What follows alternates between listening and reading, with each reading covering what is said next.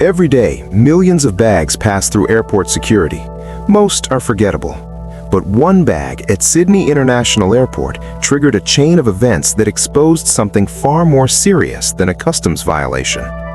On an ordinary morning at Terminal 1, an Australian Border Force officer noticed a detail on an X-ray screen that didn't belong.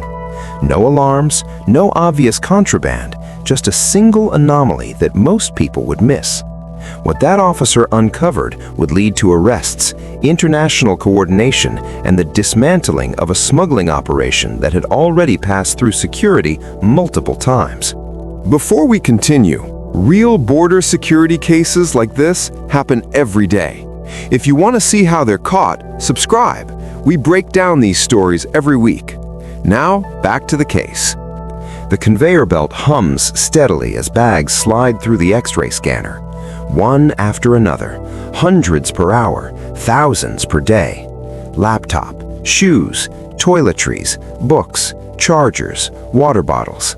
The images flash across the screen in shades of orange, blue, and green, each color representing different material densities. Organic materials glow orange, metals show up as blue, plastics appear green.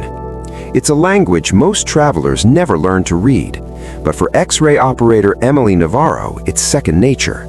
15 years of staring at these screens have turned her into something close to a human lie detector, except instead of reading faces, she reads bags. She sits at her station, eyes locked on the monitor, scanning each image with practiced precision. Most bags look exactly like what they are: clothes, toiletries, souvenirs. But then, something stops her. A large black suitcase rolls through the machine. At first glance, it looks normal. Clothing, shoes, a toiletry bag in the corner. But there's something off. In the center of the bag, there's a dense rectangular shape, bright orange on the screen, indicating organic material. It's positioned deliberately, symmetrically, almost professionally. Too neat to be accidental. Emily zooms in. The object is wrapped tightly, layered, compressed. Around it, the clothing is packed in an unusual pattern, strategically placed to create visual noise to distract from the center mass. This isn't random packing. This is concealment. Emily's hand hovers over the alert button. She replays the image, rotates the view, checks the density readings. Then she presses the button. A red light flashes above the conveyor belt. The bag is flagged. In the secondary inspection area, Officer Mark O'Donnell receives the alert. He's been with the Australian Border Force for 12 years.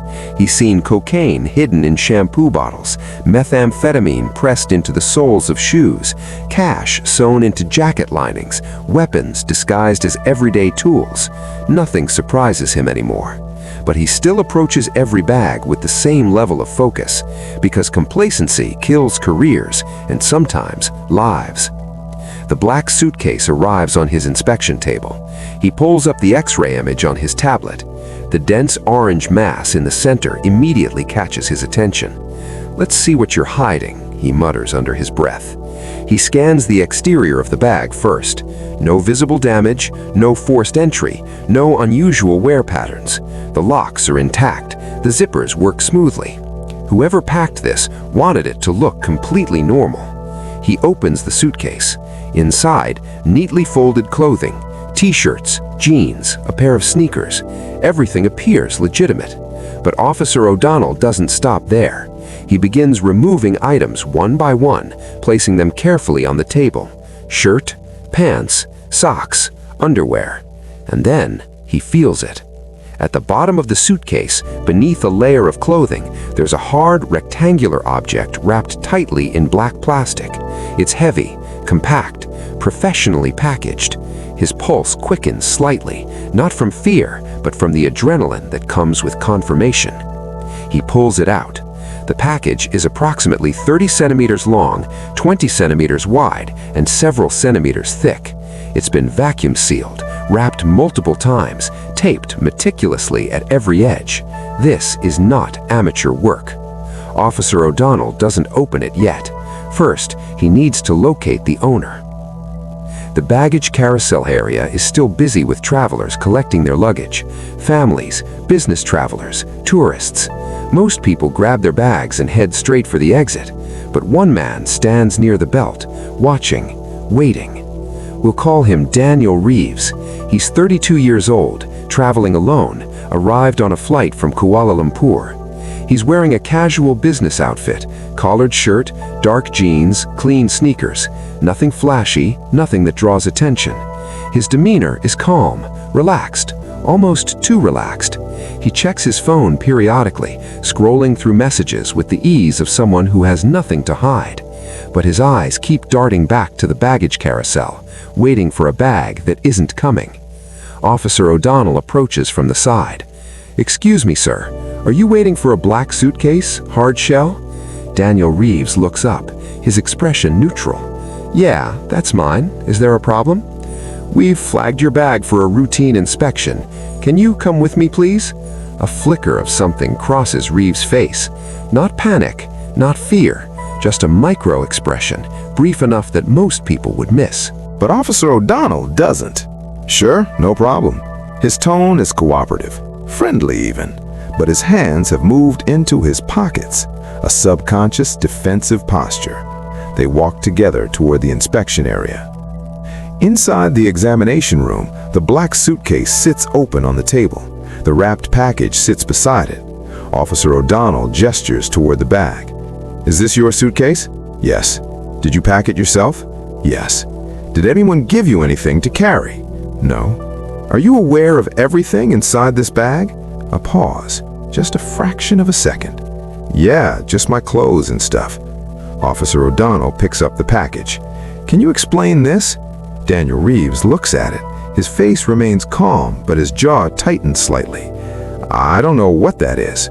You just told me you packed this bag yourself and you're aware of everything inside it." "I mean, I packed my clothes. I don't know where that came from." Officer O'Donnell sets the package down. "Sir, I'm going to ask you again. Did you pack this bag yourself?" Reeves's confidence is starting to crack. "Look, man, someone asked me to carry it. I didn't know what was inside." "Who asked you?" "A guy I met at the hotel. He said it was just personal stuff. He offered me some cash to bring it through." "How much cash?" $2,000. Officer O'Donnell nods slowly. "Do you understand that unknowingly transporting illegal items is still a crime?" Reeves's face goes pale. "I didn't know it was illegal. I swear." "You accepted $2,000 to carry a package you didn't inspect from someone you barely know through international customs. Does that sound legal to you?" Silence. Officer O'Donnell puts on gloves. He picks up the package and begins carefully cutting through the layers of plastic and tape. The wrapping is thick, professional, designed to withstand pressure and conceal scent. He cuts deeper. Inside, there's another layer, and another. Finally, he reaches the contents. White powder, compressed into dense bricks, individually wrapped, labeled with small markings in a language he doesn't recognize. He doesn't need to test it to know what it is, but protocol demands confirmation. He takes a sample and runs a field test. The chemical strip changes color immediately. Positive, methamphetamine, approximately 2 kilograms. Street value, well over $600,000 AUD. Officer O'Donnell looks up at Daniel Reeves. "This is methamphetamine. You're under arrest for attempting to import a border-controlled substance into Australia." Reeves's legs buckle slightly. He grabs the edge of the table to steady himself. "I didn't know. I swear I didn't know." "You should have." Within minutes, Australian federal police officers arrive. Daniel Reeves has read his rights. He's handcuffed, searched, escorted out of the inspection area and into a waiting police vehicle. His phone is seized, his passport is confiscated, his freedom is gone. But this is where the story takes an unexpected turn. What happens next reveals a detail no one expected. Before we get to that, subscribe for more real border security cases and weekly breakdowns. Now, let's continue. Because what happens next reveals that Reeves wasn't just a random courier making a stupid decision. He was part of something much larger. In a small, windowless interview room at the AFP headquarters, Daniel Reeves sits across from two federal agents. His lawyer sits beside him, notepad open, pen ready. Reeves has been offered a deal. Cooperate fully, provide names and details, and his sentence might be reduced from life imprisonment to something he could survive. Stay silent, protect the people who used him, and spend the next 2 decades behind bars. It's not really a choice. He talks. The story that emerges is disturbingly familiar. Daniel Reeves isn't a career criminal. He's a delivery driver from Melbourne who fell behind on rent after losing his second job during the pandemic. He was approached online through a seemingly legitimate job posting for international courier services. The pay was good, the work seemed simple. Deliver packages, no questions asked. At first, it was legal items, electronics, documents, small parcels. But then the requests changed. They told me it was just avoiding import taxes, Reeves explains, his voice hollow. They said rich people do it all the time, bring in designer goods without declaring them. I thought it was just that. The agents exchange glances. They've heard this before. Criminal syndicates don't recruit hardened criminals anymore. They're too visible, too risky. Instead, they target ordinary people. People with financial problems, people who are desperate, naive, or both. They groom them slowly, start with legal tasks, build trust, then gradually introduce illegal activity, framing it as harmless rule-bending rather than serious crime. By the time the courier realizes what they're really carrying, they're already implicated, already compromised, already trapped. "How many times have you done this?" one agent asks. Reeves hesitates. 4 times, maybe 5, maybe 5 times. Same route every time? No, different cities. Kuala Lumpur, Bangkok, Jakarta. They'd book my flights, tell me where to pick up the bag, where to deliver it. Who gave you the packages? I never saw the same person twice, just people at hotels. They'd hand me the suitcase, already packed, and you never looked inside? I didn't want to know. That's the truth that seals his fate. He didn't want to know, because knowing would have meant making a choice, and not knowing let him pretend he was innocent. The information Daniel Reeves provides is handed over to the Australian Federal Police's Transnational Serious and Organised Crime Division. They've been tracking this particular syndicate for 18 months. The operation is sophisticated, multiple couriers, multiple routes, frequent rotation to avoid patterns. The drugs are manufactured overseas, likely in clandestine labs in Southeast Asia, then smuggled into Australia using low-profile couriers who don't fit the typical smuggler profile. No criminal records, no red flags, just ordinary people carrying ordinary-looking bags. Until now, the syndicate has been careful. But Reeves' arrest gives investigators something they haven't had before, a direct link. His phone contains encrypted messages, contact information, flight bookings, payment records. The AFP's cybercrime unit cracks the encryption within 48 hours. What they find is a network spanning 3 countries, involving at least 20 active couriers and generating millions of dollars in illegal revenue. Within a week, coordinated raids are executed across Melbourne, Sydney, and Brisbane. 4 major suppliers are arrested, 7 couriers are taken into custody, bank accounts are frozen, assets are seized. The entire operation collapses. And it all started with one X-ray image that looked slightly off. Back at Sydney International Airport, the work continues. X-ray operator Emily Navarro doesn't know the full extent of what her observation triggered.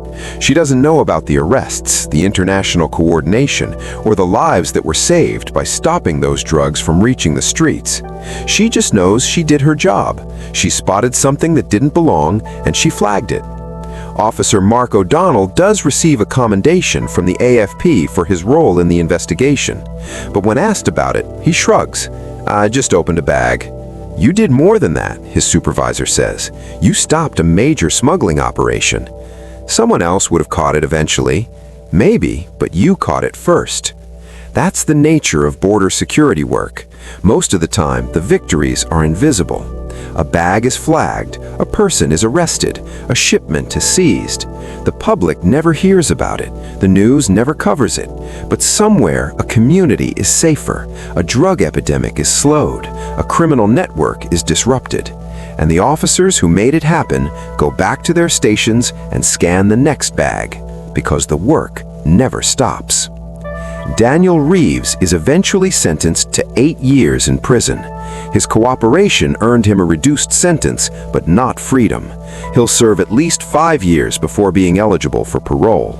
His career is over, his reputation is destroyed, his family has disowned him. All for 5 trips and $10,000. In his cell, he thinks about the moment he said yes, the moment he accepted that first package without asking questions, the moment he convinced himself it wasn't really illegal. That moment cost him everything. The science behind X-ray screening is constantly evolving. New algorithms detect anomalies faster. Machine learning identifies patterns human operators might miss. But technology alone isn't enough. It takes trained eyes, experienced judgment, human intuition, because smugglers evolve too. They study security procedures, they test new concealment methods, they adapt, and so the officers adapt with them. Every bag is a puzzle, every scan is a test, and every day, somewhere in the world, an officer like Emily Navarro looks at a screen and sees something that doesn't belong. A shape that's too symmetrical, a density that's too uniform, a package that's too carefully hidden. And they press the button, they flag the bag, they start the process that protects borders, saves lives, and dismantles criminal operations. If you're watching this, remember, never agree to carry anything for someone else, no matter how legitimate it seems. Always pack your own bags and keep them in your sight. If someone offers you money to transport something across borders, it's illegal and you will get caught. The penalties are severe, the consequences are permanent, and the X-ray never lies. At Sydney International Airport, the conveyor belt continues to move. Bags slide through the scanner. Most are ordinary, but somewhere in that endless stream of luggage, there's always another anomaly, another package that doesn't belong, another person who thought they wouldn't get caught. And the officers of the Australian Border Force will be watching, because danger doesn't always look dangerous, but they know what to look for.